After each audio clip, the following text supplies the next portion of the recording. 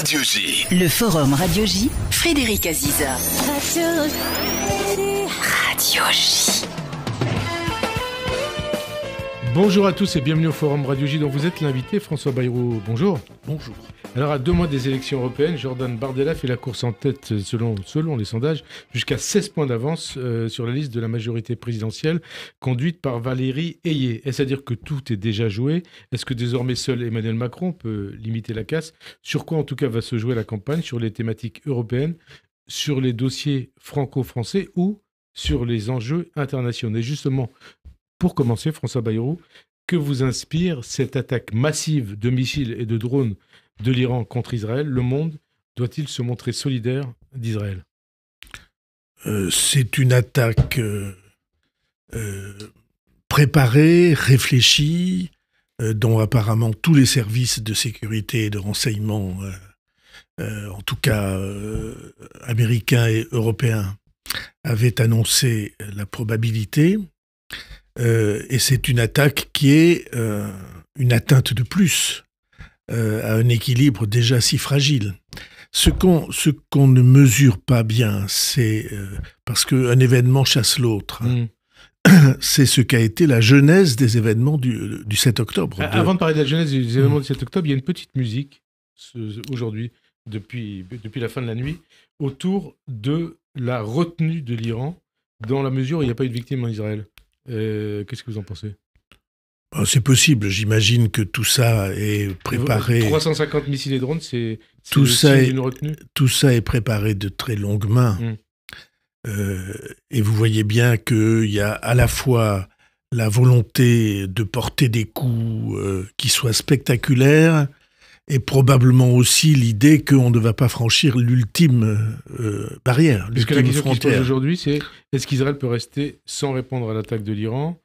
L'Iran, qui depuis des années clame sa volonté de détruire Israël, est-ce que ne va pas franchir cette nuit une étape, une nouvelle étape dans le cadre de ce projet mortifère des Mollahs de Téhéran?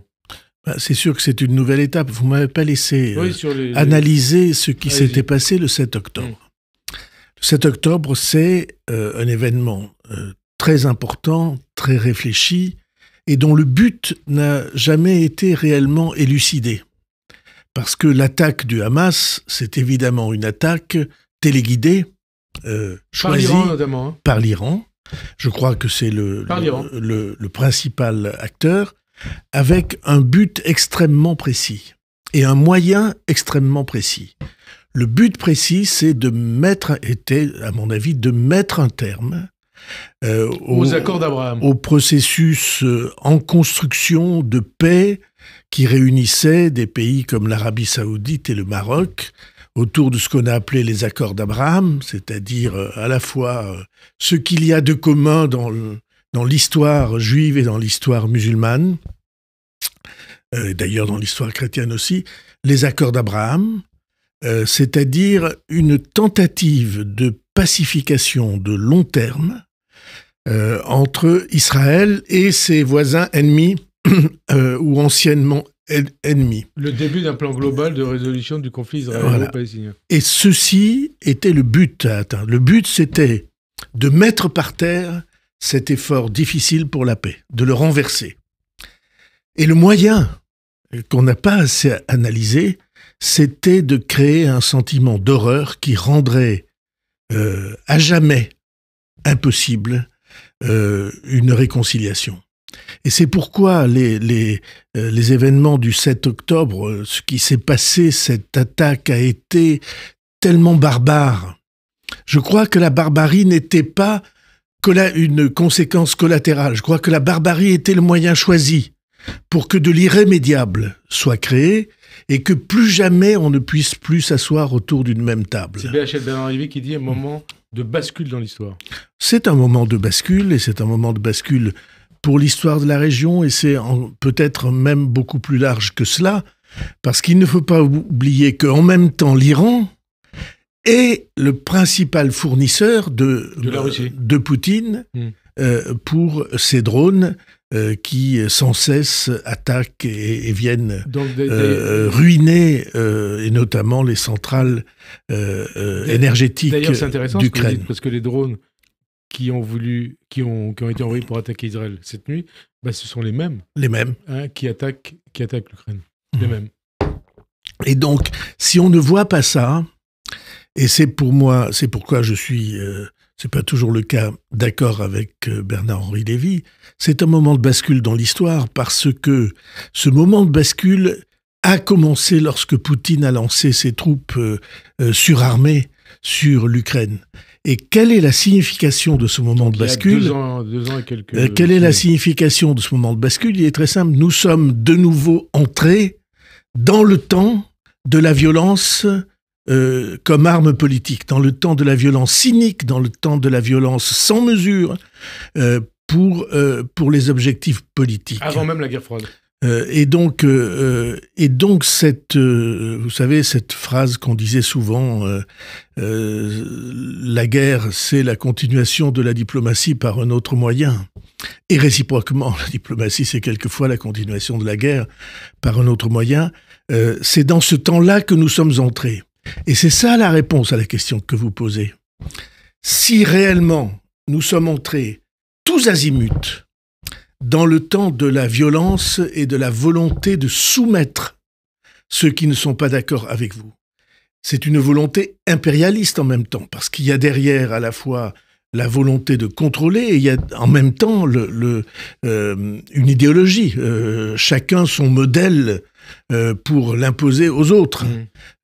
Pour certains, le modèle religieux, pour d'autres, le modèle économique, pour d'autres, le modèle de société. Et donc, si nous sommes entrés dans ce temps-là, quel sourd et aveugle peut soutenir l'idée qu'on peut se débrouiller tout seul ? Nous, la France, avec nos 67 millions d'habitants. Tout est mondialisé. Tout est mondialisé et tout est démesuré par les moyens utilisés. Et donc... c'est cette époque, ce temps-là, tous ceux qui sont de près ou de loin, ou bien les complices actifs, ou bien les résignés à ce temps de la violence, tous ceux qui acceptent que les rapports de force, y compris militaires par la violence, régissent à nouveau le monde, ceux-là sont des complices actifs du risque maximal, du risque le plus total que nous sommes en train de vivre. Et c'est vrai au Moyen-Orient et c'est vrai chez nous. Y compris, et on reparlera de la France après, il y a des complices en France de ce processus, de ces régimes. Il y a des complices en France de ces régimes, tout le monde le sait, tout le monde le voit, il suffit de reprendre, les déclarations, vous le savez bien, il y a des gens qui se réjouissent ouvertement de ce que pourrait être une victoire de Poutine, et il y a des gens qui se réjouissent ou qui refusent de voir dans quel drame on est entré et refusent d'indiquer qui sont les responsables de ces drames-là. L'Iran, et après on passe à un autre sujet. L'Iran, selon les experts internationaux, les services secrets occidentaux, est en mesure de disposer d'ici peu, peut-être d'ici quelques mois, de l'arme nucléaire. Est-ce que dans ce contexte, le monde peut laisser le régime de Téhéran aller au bout de son projet nucléaire ? Je pense que nombreux dans le monde sont ceux qui ont une stratégie pour l'empêcher. L'empêcher militairement ? Est-ce qu'il y a d'autres solutions ? J'imagine qu'il y a d'autres solutions. Comme vous savez, dans le monde du numérique et dans le monde des matières premières les plus sensibles, il y a d'autres solutions. Mais je pense que les pays les plus responsables regardent ce que sont les risques. Et parmi les pays les plus responsables, il y a la France. Nous sommes un des 5 membres permanents du Conseil de sécurité. Le rôle de la France, d'ailleurs, qu'est-ce qu'il doit être maintenant ? Bien, vous avez vu cette nuit, il y a eu un communiqué publié ce matin disant que la France avait participé à la contre-action. Contre les missiles et les drones. Et c'est bien. Donc c'est un point important. Et c'est bien que nous soyons actifs et reconnus comme tels, parce que reconnus comme tels, ça veut dire la double capacité. La capacité politique et la capacité technologique. C'est bien que nous soyons reconnus comme tels et que la France le dise, l'affirme. et l'assume. Et d'ailleurs, il y a aussi autre chose. On a vu aussi des pays arabes, notamment la Jordanie, qui ont participé à cette action contre cette offensive iranienne visant Israël. C'est aussi important. Mais c'est parce qu'on ne se rend pas compte, vu de notre fenêtre occidentale et française, on ne se rend pas compte de la menace interne au monde arabo-musulman, comme on dit. Les déstabilisations internes, tout ce qui est en train de se jouer. Vous avez vu que, par exemple, il y a à la fois des complices de Moscou et il y a des forces terroristes qui ont porté le fer, qui ont créé un attentat à Moscou. Le monde est d'une complexité comme il n'a jamais été, mais il est d'une violence comme il n'a jamais été. Le risque de faire de la violence la loi universelle, risque qui avait, pour ainsi dire, disparu ou s'était atténué depuis la guerre et depuis la chute du mur de Berlin, cette violence-là, aveugle, elle est une menace universelle. Elle n'est pas une menace pour ceux qui sont ciblés seulement. Elle est une menace aussi pour ceux qui sont proches ou complices ou voisins des attaquants, des assaillants. Vous dites, le 7 octobre, l'Iran, à travers le Hamas, a voulu stopper le processus d'Abraham. Mais il y a une question qui se pose. Comment on peut envisager l'après-guerre de Gaza, peut-être l'après-attaque de l'Iran contre Israël? La paix est-elle toujours possible? Elle est de toute façon nécessaire. Et quelle paix? Alors la paix, et puis... là, je parle de la paix israélo-palestinienne. Il faut... Si vous me permettez de le dire, je crois qu'il y avait dans cette attaque du 7 octobre un double piège. Le premier, c'était pour mettre à bas les accords d'Abraham, qu'il n'y ait plus de processus de paix, qu'on ne puisse plus se parler autour de la table. Mais il y a un deuxième piège qui était que Israël, libère la totalité de la dureté et de la violence dont il pouvait être capable, notamment à l'égard des civils. Notamment à l'égard des civils. C'est pour ça que vous dites ça. Oui, je pense que les destructions si larges et si totales à Gaza, les famines éventuelles, les drames qui vont avec, sont aussi un piège pour Israël. Et je crois que... Alors moi, je ne donne pas de leçons à Israël parce que quand vous êtes la cible d'attaques qui veulent que vous disparissiez de la surface de la planète, bien sûr qu'il faut se défendre. Oui, parce que vous dites, vous êtes un homme politique de premier plan, un homme d'État, vous dites, si j'avais été président de la République aujourd'hui, comment j'aurais réagi si la France avait été la cible de telles attaques? Avec la dureté nécessaire et en même temps en considérant que toute victime civile est une arme pour le Hamas. Pour le Hamas. Guerre en Ukraine, guerre au Gaza, attaque iranienne contre Israël, la paix du monde est-elle menacée? C'est un peu ce que vous avez dit. Pouvons-nous être à la veille d'une troisième guerre mondiale? Elle peut prendre beaucoup de formes, la guerre mondiale. Parce que nous n'avons parlé jusqu'à maintenant que de la violence militaire, armée. Mais il y a d'autres violences. Il y a de la violence économique. Sociale. Si vous regardez ce que la Chine conduit comme politique, et notamment comme politique commerciale, alors vous voyez qu'il y a là aussi une tentative de prise de contrôle, de soumission, d'hyperpuissance, appelez ça comme vous voulez, d'impérialisme, appelez ça comme on veut. Et puis c'est le cas aussi par les États-Unis. Les États-Unis ont une politique... Alors, je ne mets pas dans le même sac les uns et les autres. Mais les États-Unis ont une politique extrêmement pensée, extrêmement puissante et extrêmement efficace de prise de contrôle technologique, économique, industriel, de tout ce qui est sensible pour l'avenir de la planète. Et nous sommes... très souvent, face à la Chine et face aux États-Unis, nous, Européens, nous sommes désarmés. Je sens que vous voulez parler des Européennes, des élections européennes. Non. Et de l'avenir de l'Europe. Frédéric Aziza, européennes. Écoutez-moi bien, il n'y a qu'un seul sujet. Ouais. Vous croyez qu'on peut en faire des chapitres en les séparant. Il n'y a qu'un seul sujet. Le monde dans lequel nous sommes entrés est plus dangereux et plus violent qu'aucun de ceux que nous avons connus, vous et moi, dans notre histoire et les générations depuis la guerre. Plus dangereux et plus violent. La situation est plus grave et plus préoccupante qu'elle ne l'a jamais été. Et dans cette situation-là, nous avons le choix entre conduire une politique construite et volontaire pour retrouver une part de la souveraineté qui nous est due, que nous nous devons à nous-mêmes, ou bien laisser faire. Tous ceux qui proposent de laisser faire, tous ceux qui disent l'Europe, il y en a ras-le-bol, franchement. C'est un mal même. Hein, oui, il y en a qui pensent qu'il faut en sortir. C'est d'ailleurs frappant de voir le nombre de ceux qui voulaient en sortir il y a quelques années et qui n'en veulent plus ou qui prétendent ne plus vouloir en sortir. Aujourd'hui, on voit tout ça.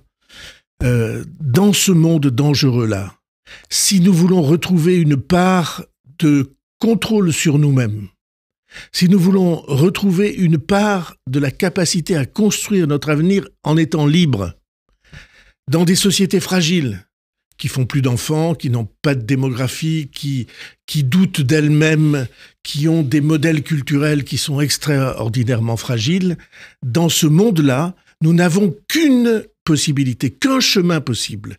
C'est regrouper les pays et les sociétés, les nations et les sociétés, qui sont proches et qui se ressemblent et qui s'acceptent et qui s'aiment bien. C'est pour ça que je dis les sociétés, les gens, les peuples, qui ont des cultures proches, pas les mêmes.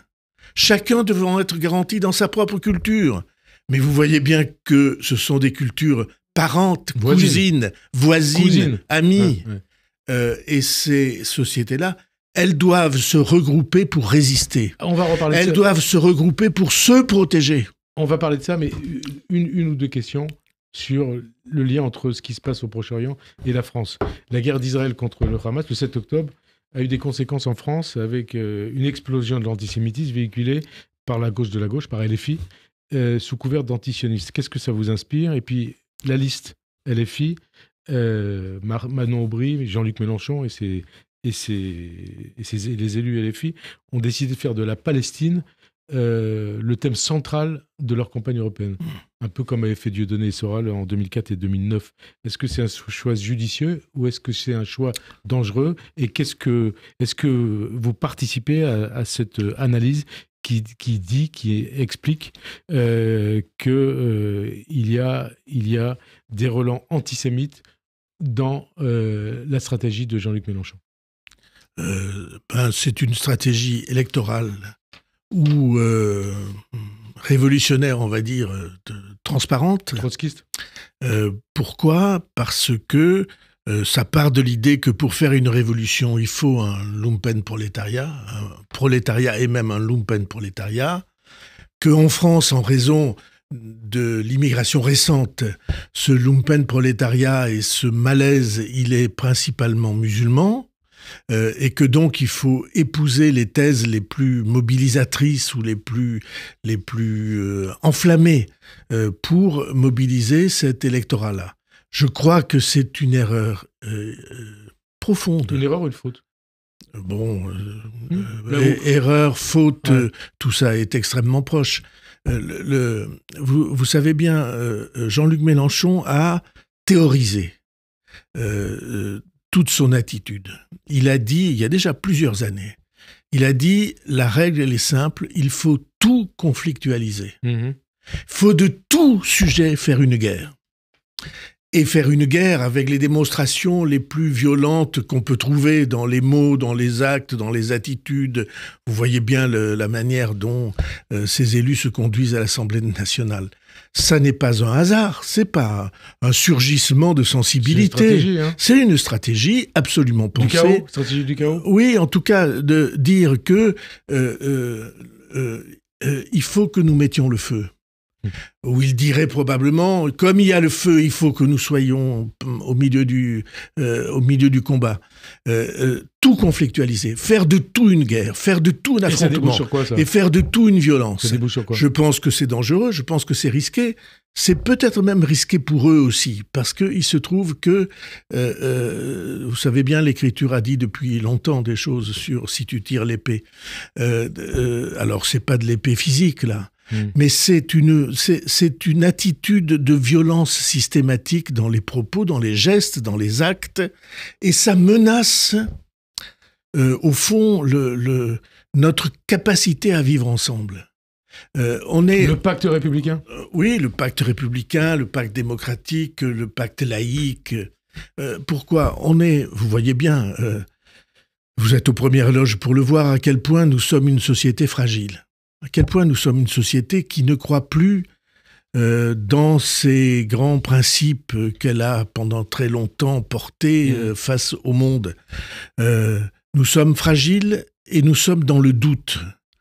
Plus vous mettez le feu, plus vous accroissez le doute et plus vous accroissez la fragilité. Et pour finir avec cette séquence, le procès en antisémitisme fait à Mélenchon et les filles, il est justifié ou pas ? Vous voyez bien, si la thèse que je viens de défendre, c'est-à-dire tout ça est stratégique, eh bien toutes les allusions, tous les mots utilisés, toutes les images utilisées sont évidemment une manière de faire des signes de connivence et des clins d'yeux au plus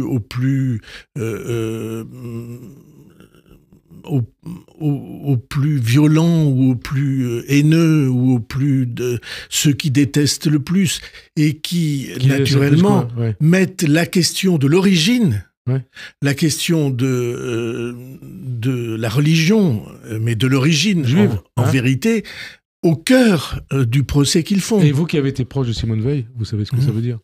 Je sais ce que ça veut dire, pas seulement par Simone Veil, mais je connais... Et celui de ma famille politique.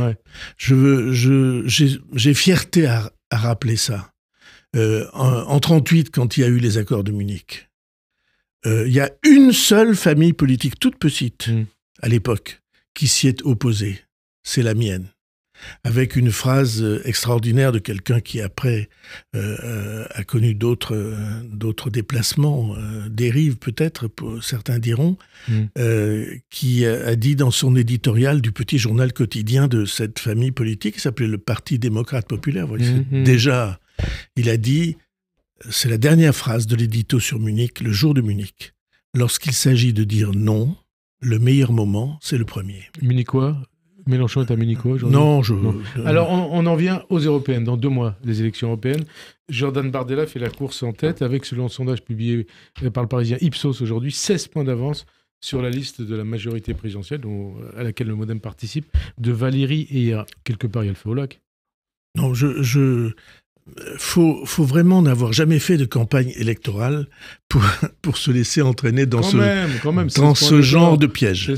Je ne crois pas à ce rapport de force-là. C'est quoi pour vous le réel rapport de force ?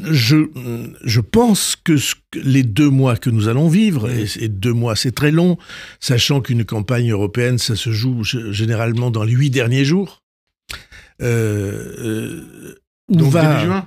Où va arriver à la conscience de nos concitoyens l'ampleur des défis que nous avons à relever. C'est ça qui va se passer. Mais comment vous expliquez que cette campagne de Valérie Ayé, pour l'instant, ne prenne pas ? Mais il n'y a pas de campagne. Ni chez nous, ni chez les autres. Mais alors justement, chez vous... Vous voyez bien, on a fait le cadeau au Front National de le transformer en opposant vous dites universel. Front National ou c'est parce que... Front National, Rassemblement National, pour moi c'est la même chose, c'est les mêmes personnes d'ailleurs. Donc il n'y a que l'étiquette qui est changée. On leur a fait le cadeau de les transformer en opposants universels. Qui leur a fait le cadeau ? C'est Emmanuel Macron les faisant... Tout le monde. Tout le monde, toutes les forces politiques ont participé à ça. On avance désormais pour limiter la casse. Non mais vous dites on avance, mais j'avance. Alors, laissez-moi finir. Voilà, on leur a fait le cadeau incroyable Ouais. d'en faire les opposants universels. C'est Macron. Non, vous ne m'avez pas écouté, vous Si, faites si, semblant. si. Chez moi, il y a un proverbe dans les Pyrénées que j'aime bien qui dit « Vous faites l'âne pour avoir du son Voilà. ». Et donc, Comment vous dites ça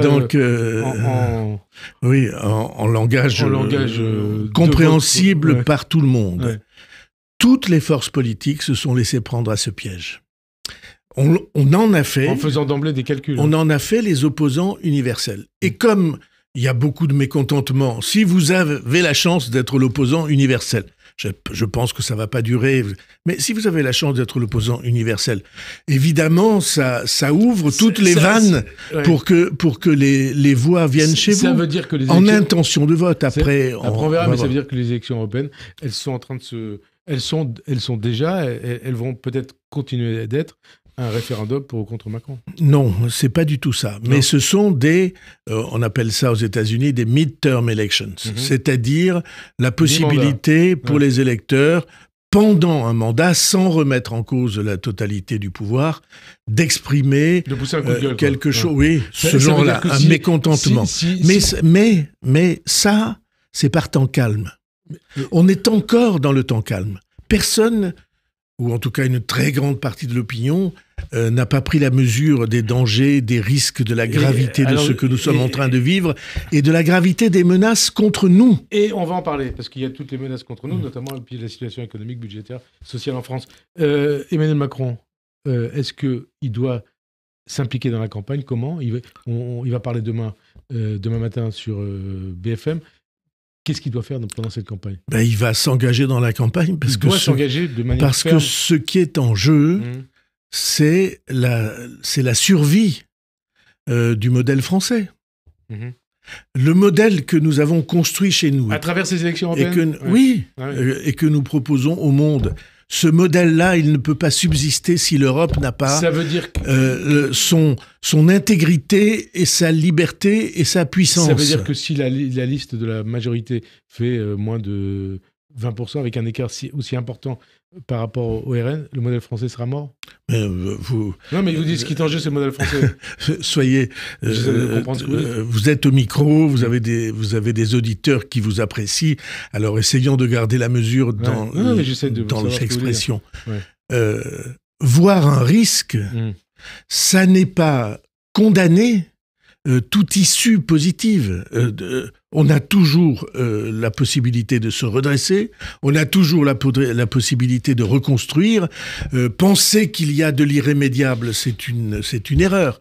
Et donc ne laissons pas prospérer ce genre de choses, parce que là vous leur rendez des services considérables. Vous, François Bayrou, est-ce que c'est vrai que vous allez être sur la liste de Valérie? Si on me le demande, j'y serai. On vous l'a pas déjà demandé? L'idée a été évoquée, mais il n'y a pas eu de demande formelle. Quelle position? Dernière position? Oui, enfin, en tout cas, quelque part, où il sera clair que je ne suis pas candidat pour être député européen, je l'ai été il y a longtemps. Ouais. J'ai conduit une liste il y a longtemps, qui a d'ailleurs changé une partie du paysage politique français.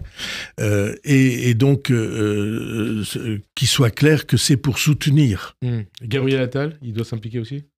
Je pense qu'il le fera, bien sûr. Alors, autre dossier qui est lié aussi à ça, depuis des années, vous alertez, François Bayrou, sur l'état des finances publiques, de la dette, des déficits. Est-ce que, comme le disait François Fillon, François Fillon, en 2007, il y a 17 ans déjà, la France est un État en faillite? Il disait pas ça en 2007, il disait ça en 2017, si ma mémoire est fidèle. Non, je suis à la tête quand il est devenu Premier ministre de Nicolas Sarkozy en 2007. Ça avait beaucoup fâché Nicolas Sarkozy, parce qu'il avait dit « je suis à la tête de l'État », ce qui n'était pas tout à fait la vérité. 2007. Non, mais en 2007, comme en 2002, comme en 2012, j'ai conduit une campagne présidentielle sur ce sujet-là. Parce que je pense toujours qu'il y a là un autre des risques majeurs pour l'avenir du pays. Convenons ensemble que personne n'a écouté. Et que cette voix qui clamait dans le désert, elle n'a pas réussi à changer les choses. Je le regrette parce que notre situation aujourd'hui... Vous allez dire que j'ai une obsession, y compris Emmanuel Macron. Notre situation, oui... ça n'est pas tout à fait juste. Ouais. Mais je reviendrai sur ce sujet. Si à l'époque, on avait fait ce que je proposais, c'est-à-dire un plan de retour à l'équilibre des finances publiques, ou en tout cas un meilleur équilibre des finances publiques, nous n'en serions pas où nous en sommes. Mais pleurer sur le lait renversé, pleurer sur le lait renversé n'est pas un exercice intéressant. Ce qu'il faut, c'est regarder l'avenir, prendre la situation comme elle est, et il y a beaucoup de choses qui ont changé, si vous me permettez d'aller au bout. Il reste à avoir plein de questions et des points précis. Il y a beaucoup de choses qui ont changé. Et ce qui a changé en particulier, c'est que les États-Unis ont choisi un modèle de développement par le déficit et avec le soutien de la Banque centrale américaine. Donc quel rôle pour la Banque centrale européenne ? Le déficit, vous savez que le déficit de la France est à 5 et quelques pourcents, et que ça a fait beaucoup de polémiques en France. Le déficit des États-Unis, selon l'Institut de recherche indépendant du Congrès américain, est à 6% et va être durablement au-dessus de 8%. Donc ça veut dire qu'est-ce qu'il faut enterrer les 3% imposé par il faut se le proposer comme but. Mais il faut identifier où a été la faute. Ouais. Et j'oserais presque dire où a été le crime pendant ces 20 années où j'ai essayé de faire entendre ça. Comment et par qui ? C'est extrêmement précis. On a décidé... la dette n'est pas mauvaise en soi. La question de la dette, c'est qu'est-ce que vous en faites ? La bonne vision de la dette ou la bonne stratégie pour la dette aurait été que la dette nous permette un développement économique, une croissance, une maîtrise des technologies, une maîtrise de la recherche, que ça soit de l'investissement. Ça, c'était le passé, l'avenir. Non, mais c'est ce qui n'a pas été fait, maintenant il faut voir ce détourné. Et on s'est servi de la dette, au contraire, pour le fonctionnement. C'est-à-dire pour payer les dépenses de tous les jours. Et parmi les dépenses de tous les jours, vous savez que je l'ai mis en évidence récemment, il y a les retraites, par exemple. Et puis, il y a la sécurité sociale. Et puis, il y a le fonctionnement quotidien de l'État. Rien pour l'investissement, ou presque rien pour l'investissement. Il n'y a que les collectivités locales qui se sont servies de l'emprunt pour investir. Et donc, la première des choses qu'il faut avoir en tête, étant donné ce paysage mondial où les États-Unis ont une capacité de déficit budgétaire et une capacité de maîtrise monétaire telle... Et donc, quelque part, de dominer le monde, hein. Oui, de dominer tout ce qui est sensible dans le monde, d'avoir le contrôle de tout ce qui est le chemin ou les outils du développement technologique. Par exemple, de tout ce qui est l'intelligence artificielle. Par exemple, tout ce qui est le cloud. Tout ce qui est numérique et si sensible. Les États-Unis ont les moyens, se sont donné les moyens, en conduisant en même temps une politique que je recommande depuis longtemps, mais... de réindustrialisation chez eux. Et donc c'est le cas en France ? Ils ont réinstallé des usines dans des endroits où il y avait des usines automobiles abandonnées. Détroit et compagnie. Voilà. Ils ont réinstallé une capacité de production. Eux ont eu une stratégie. Donc il faut avancer. Cette stratégie-là, l'Europe et la France doivent en tenir compte. Et est-ce que c'est déjà le cas, puisque Emmanuel Macron, ses ministres, parlent de réindustrialisation. Est-ce que c'est déjà le cas ? En tout cas, il y a un effort qui a été initié avec ce qui s'appelle France 2030, une capacité d'investissement un peu plus importante que celle que nous avions, à mon sens, pas tout à fait à la dimension. Alors, et donc, parce que ça c'est un enjeu essentiel, et donc les parlementaires européens que nous allons envoyer, nous, Français, pour nous représenter à Strasbourg et à Bruxelles, on doit, dans leur feuille de route, marquer que leur influence à l'égard de la Banque centrale européenne doit s'exercer dans le sens de l'investissement, de la recherche et de la croissance. Plusieurs questions précises. Il y a eu le plan annoncé par Bruno Le Maire il y a quelques semaines de 10 milliards pour combler le déficit pour 2024, qui doit être suivi par un autre plan d'économie pour 2025. Est-ce que dans un premier temps, vous étiez favorable à un plan de rectificatif de la loi de finances ? Non, je pense que la décision qui a été prise est raisonnable. Autre chose, en ce qui concerne les économies à réaliser, Bruno Le Maire a parlé de TVA sociale aussi. Est-ce que ça va dans le bon sens ou pas ? Il en parle dans son livre. C'est formidable. La vie, parfois, ça offre je vois sourire. Ça offre des surprises. Bruno Le Maire, si j'ai bien suivi l'actualité, je la suis moins que vous. Mais parce que les Pyrénées, c'est loin et que chez nous, peut-être, on ne voit pas tout. Mais enfin, bon.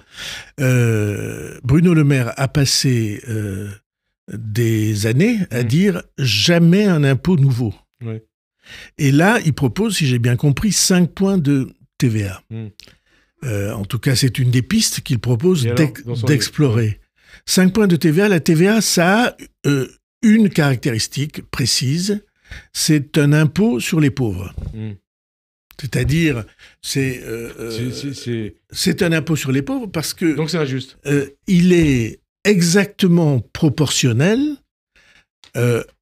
au pourcentage des revenus que la famille consacre à la consommation. Les gens qui ont le moins de moyens, ils consacrent tous leurs revenus à la consommation. Donc ceux qui ont un peu plus de... Et donc vous ponctionnez les pauvres, vous ponctionnez les plus pauvres, ou en tout cas ceux qui n'ont pas les moyens, pour mettre un peu plus de facilité pour les autres. C'est absurde. Pour moi...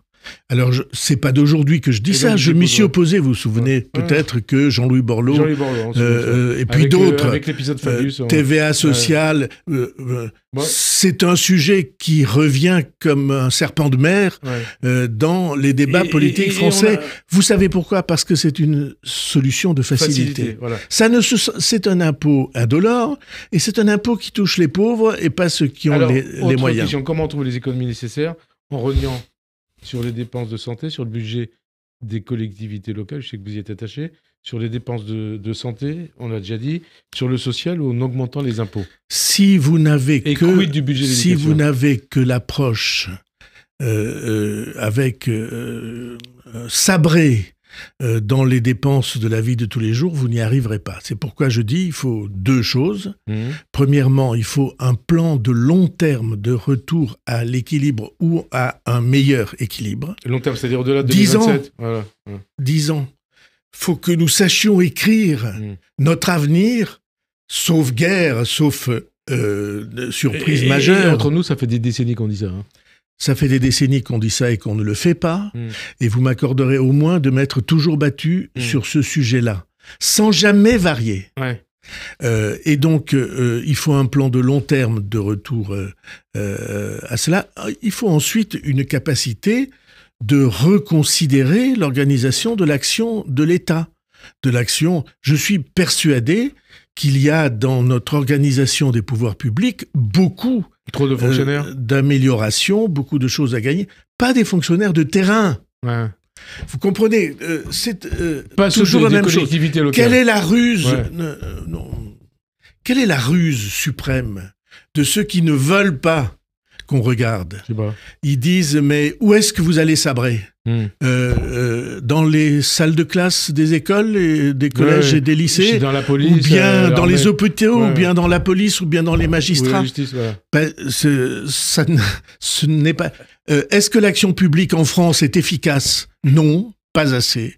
Est-ce que l'action publique en France soutient les initiatives de terrain? Non, pas assez. C'est pourquoi, avec le président de la République, on a conçu cette idée de la refondation de l'action publique en partant du terrain.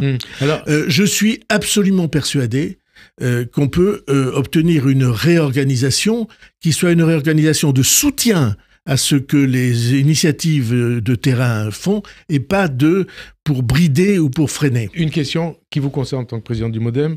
Jean-Paul Mattei, président de votre groupe à l'Assemblée, souhaite depuis 2 ans au moins une taxe sur les super profits, sur les super dividendes des grandes entreprises. Est-ce que c'est d'actualité, toujours d'actualité?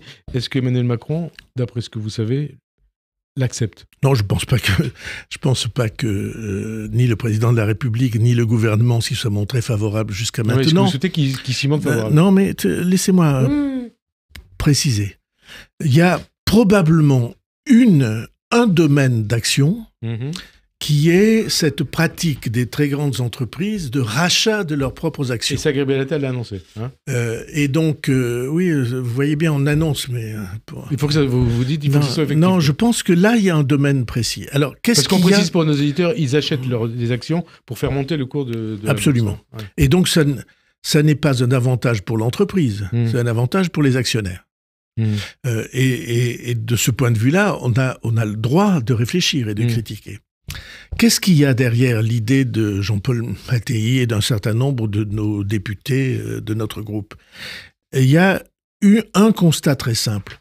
Vous ne pouvez pas demander des efforts aux Français si vous ne donnez pas des signes de justice. Et donc si ces efforts ne doivent pas être partagés par ceux qui... Et donc, oui, je pense qu'il y a presque un devoir de mieux équilibrer les efforts et de faire en sorte que personne en France n'ait le sentiment que ceux qui sont ciblés, c'est ceux qui ont le moins de moyens, et ceux qui ne sont pas ciblés, c'est ceux qui ont le plus de moyens. Justement, vous parlez de signe de justice. La réforme de l'assurance chômage, est-ce que vous considérez que ça va dans le bon sens? Vous soufflez, ça veut dire non? Non, je ne veux pas être sommaire. Je pense que d'abord, ça devrait faire l'objet d'un travail en commun. En amont. En amont, avant la décision, avant les modalités de la décision. Il y a un certain nombre de mes amis qui disent qu'il n'est pas vrai que ce soit des choix majoritairement répandus de ne pas travailler pour profiter des avantages. C'est pas ça le chômage en France. C'est pas ça, le chômage en France, c'est pas ça. Le chômage en France, c'est des gens qui voudraient travailler mais qui ne trouvent pas l'emploi ou ce qu'ils imaginaient être leur emploi. L'emploi à la dimension de ce qu'ils sont capables de faire. 4 minutes, un certain nombre de questions. Et avec la récompense qui doit aller avec. Est-ce qu'il faut taxer les livres d'occasion, puisque vous êtes un lecteur, comme le propose Emmanuel Macron, au moment d'ailleurs où les jeunes boudent la lecture? Vous savez ça. Non. Il est rare que je sois en désaccord avec le président de la République, mais là je suis en désaccord. Une bêtise? Pardon? C'est une bêtise? Non, non, d'accord. Chacun a le droit de proposer des idées. Gérard Larcher, il donne une grande interview au JDD aujourd'hui. Il dépeint la France comme un pays désabusé, mené par un président de la République bunkérisé, qui n'écoute ni le Parlement, ni même parfois ses collaborateurs. Il juge le budget insincère. Il dit tout ça, ça va mal finir. C'est vous? Oui, pour faire le bilan, je l'ai moi-même fait dans Marianne cette semaine, de cette énorme crise française, qui est la rupture entre la base de la société et ceux qui sont réputés en être le sommet. Ça va mal finir ou pas? Je suis, moi, très préoccupé de ce point de vue-là, et je crois qu'il y a des politiques à mener, et des stratégies à mener, et des plans à construire pour en sortir. Et donc... l'idée que tout va s'effondrer est une idée qu'on entend très souvent dans les oppositions. Vous l'aviez vous-même dit quand vous l'aviez dit quand vous étiez en opposition? Oui, mais c'était vrai. Qu'est-ce que j'ai dit dans l'opposition pendant des années? C'est que, mais puisque vous me cherchez... Non, parce qu'il reste 2 minutes. Qu'est-ce que j'ai dit? J'ai dit que le monopole à deux qui était exercé par le PS et l'UMP, LR, ce monopole à deux condamnait la France à ne pas pouvoir faire face aux difficultés. Et c'était strictement vrai. Gérard Larcher, il envisage aussi une motion de censure budgétaire à l'automne. Oui, c'est un risque perpétuel, mais... Un risque perpétuel, mais si vous pensez que c'est avéré, c'est... Moi, je pense que c'est possible, et je pense que ça doit nous amener à regarder en face, parce que là, on a le mois de mai, les Européennes et les Jeux Olympiques. Donc, c'est le renvoi à l'automne. On est dans une séquence... Donc, qu'est-ce qu'il faut faire d'ici là, la coalition avec LR? Non, la coalition, ça n'est pas la Ve République. Je sais que tout le monde répète ça à l'envi, et vous aussi. Non, mais la Ve République, c'est un président élu. Sur un projet avec des... Qu'il n'est pas prisonnier du jeu des partis, et qui constitue une majorité gouvernementale en tenant compte de l'Assemblée nationale comme elle est. S'il y a une motion de censure, un vote de censure, dissolution? Je demande qu'on réfléchisse à la question de nos institutions, au sens large, et du mode de scrutin en particulier, de la loi électorale. Il y a le Brown Pivet avant de Blanc-Sens quand elle dit qu'il faut un mode de scrutin proportionnel avec 24 à 26% de députés élus à proportionnel. Oui, ce que vous dites depuis des années. Franchement, je pense que les détails de cette proposition ne sont pas adaptés à la situation, puisque elle dit si j'ai bien compris, on va faire la proportionnelle dans un département sur 10, les plus gros, les plus riches. Où il y a le plus de députés élus. Et donc, je trouve pas que ça soit... Vous étiez à un moment favorable à une proportionnelle intégrale. Je suis favorable à ce que la loi électorale soit une loi électorale juste, intégralement juste, c'est-à-dire proportionnelle. François Mitterrand l'avait fait entre 84 et 86. De nos jours, il la faudrait aujourd'hui. De nos jours, les Allemands font ça très bien avec une loi très élaborée. Donc il faut le faire. Proportionnelle intégrale, réforme. Il faut le faire. Vous savez pourquoi ? Parce que ça évite que quelques mouvements brutaux et notamment quelques mouvements extrêmes que ce soit puissent prendre le contrôle de nos institutions. Vous avez parlé de la réforme des institutions. Elle a été enterrée au début du précédent quinquennat. Il faut qu'elle soit votée avant la fin de celui-ci. C'est ma conviction. C'est votre conviction et c'est aussi la conviction du président ? Ça, vous lui demanderez. Dans ce contexte de tension internationale, ce sera dernière question. En Ukraine, au Proche-Orient, mais aussi la situation économique, budgétaire tendue en France et d'interrogation, vous en avez parlé, sur le modèle français ou sur la laïcité, un sujet qu'on n'a pas abordé. Je suppose que vous dites que pour 2027, il faut un homme d'expérience pour succéder à Emmanuel Macron. Vous avez besoin de votre scoop à tout prix ce dimanche dans votre émission. Alors, je ne vous donnerai pas de scoop, mais je vous dis une chose avec certitude que j'ai déjà dit à ce micro 10 fois. L'élection présidentielle est l'élection majeure et pour quelques citoyens que ce soit, candidable ou pas candidable, on n'a pas le droit de s'en désintéresser. C'est là que ça se joue parce que c'est le moment où se forme la conscience de la nation sur son avenir et où chacun peut participer à son expression. Qu'est-ce que vous répondez à vos amis qui disent le candidat, ça doit être Bayrou. Le prochain président, ça doit être Bayrou. Il y a beaucoup de gens qui pensent bien et juste dans notre pays et j'ai pas de message particulier à leur adresser. Non mais je vois sourire. Vous avez toujours envie d'être président de la République ? C'est pas envie d'être président de la République. Je ne laisserai jamais les combats majeurs se dérouler sans que tout ce que je crois de la vie, pas seulement de mon pays et de l'histoire, de la vie, y soit représenté. Vous ne considérez pas, comme certains disent, que vous êtes trop vieux pour être président ? Si je vois les autres chefs d'État de la planète, non, franchement, je ne considère pas. Il se trouve que tous les autres chefs d'État de la planète sont plus âgés ou beaucoup plus âgés. Donc, Bayrou candidat, éventuellement président en 2027, c'est possible. C'est possible. Je ne vis pas avec cette obsession. Je vis avec l'idée tragique presque que les enjeux sont sur la table, ils sont gravissimes, c'est les enjeux majeurs, et on ne propose pas de réponse qui soit à la dimension de ces enjeux-là. Et on arrive à la fin de l'émission. Ce que nous avons sous les yeux, à la fin de l'émission ou pas, ce que nous avons sous les yeux, ce sont les clés même de notre avenir. Qui s'en occupe ? Qui dit ? Qui donne des voix compréhensibles ? Pas assez. Et je compte bien aider à ce que ce courant de l'avenir se forme et se renforce. Merci en tout cas François Bayrou, monsieur le candidat Bayrou, monsieur le président peut-être, d'avoir répondu à notre invitation. Bonne fin d'après-midi sur Radio J, à dimanche prochain. Merci.